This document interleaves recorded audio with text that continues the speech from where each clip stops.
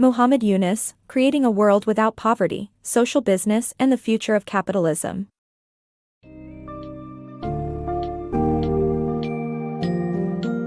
Embark on a journey through the visionary ideas of Muhammad Yunus, the founder of Grameen Bank, as we explore the concept of social business in his book, Creating a World Without Poverty, Social Business and the Future of Capitalism.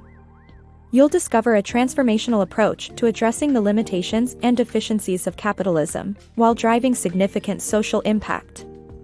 Yunus presents a roadmap for using existing market mechanisms to alleviate poverty, redefine the corporate world, and foster a more equitable society. Key concepts include social business, corporate social responsibility, and the limitations of conventional capitalism in solving pressing social issues.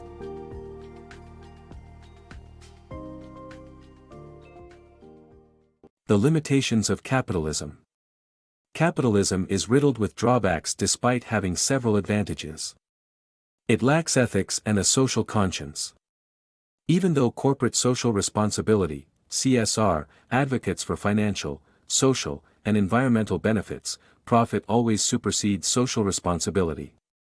Unregulated capitalism exacerbates poverty, crime, pollution, corruption, and inequality. In this economic model, the wealthy become richer, leaving the poor further disenfranchised. Efforts to mitigate capitalism's impacts for the less privileged have fallen short. Government's role in addressing social ills. Democratic systems and regulatory regimes in developed countries offer protection against pollution, fraud, and harmful products. While developed countries have well-developed infrastructures for the exchange of information and capital, fraud and exploitation remain problems. Governments of developing countries face challenges such as bureaucracy, corruption, inefficiency, and control by powerful interest groups. Even if governments can help, poverty cannot be solved by governments alone. Mainstream free market theory seems to fail in capturing what it is to be human. Beyond charity. Non-profit organizations have played a significant role in making the world a better place, but relying solely on charity is inadequate to combat complex global issues like disease, famine, environmental degradation, and homelessness. Despite the generosity of the wealthy individuals who fund these organizations, donations can dry up during times of crisis, leaving the most vulnerable in dire straits. Instead of depending solely on charity, we must explore other innovative and sustainable solutions to tackle these challenges. Multilateral institutions, governments or nonprofits. Multilateral institutions and agencies such as regional development banks, the World Bank, and the International Finance Corporation have the task to eradicate poverty and foster economic progress. However, they manifest the demerits of both governments and nonprofits. These institutions are as bureaucratic and self-interested as governments, and as underfunded and inconsistent as nonprofits. The truth about corporate social responsibility. Corporate social responsibility has two forms: do no harm and do good. However, corporations always prioritize investor returns, making the double or triple bottom line of CSR misleading. The rise of social businesses. Social businesses are organizations that work like for-profit businesses, but the primary goal is to provide social benefit. Their profits go towards expanding their services rather than towards investors. The social benefit of these businesses consists of returning profits to the poor so that they can climb out of poverty. Investors in social businesses might include foundations, multilateral institutions, governments, and profit-making businesses. Robert Owen founded the first cooperative retail enterprises to make products available slightly above cost. Social businesses can be listed on a separate social stock market. The birth of microfinance. Muhammad Yunus founded Grameen Bank in 1983 to provide financial services to the poor and alleviate poverty in Bangladesh. Yunus discovered that traditional moneylenders charged exorbitant interest rates that entrapped poor borrowers in a cycle of debt.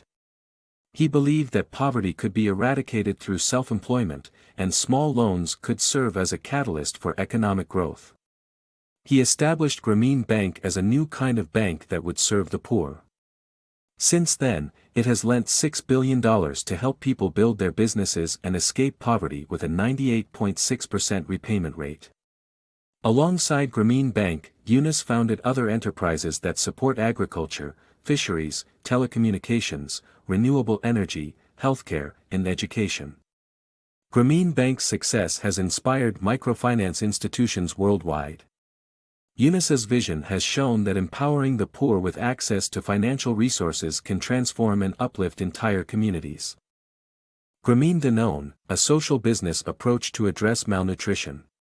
In 2005, Group Danone CEO Frank Rabou met with Nobel laureate Muhammad Yunus to find a way to help feed the poor in Bangladesh. They agreed to produce cheap, fortified yogurt for children to address malnutrition.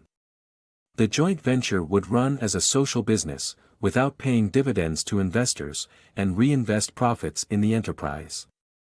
Danone faced challenges in adapting to this approach, like relying on small plants that bought milk from local farmers and developing a distribution network with Grameen ladies. The company's marketing analysis decided on the product's flavor and logo, which combined Grameen's red and green house icon with Danone's blue letters and a lion picture. The companies continue to improve their packaging by replacing plastic yogurt cups with environmentally friendly containers.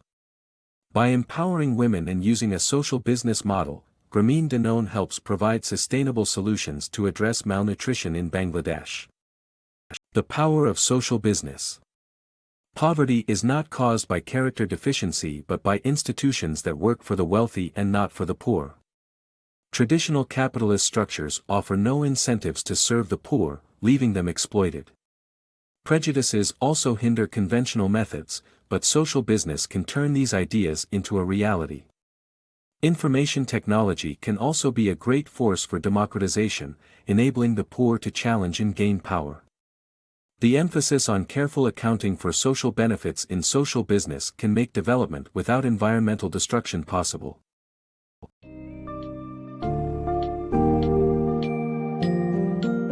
By the end of this insightful read, you will have gained a deeper understanding of the potential for social businesses to change the face of capitalism and bring about lasting social and economic change.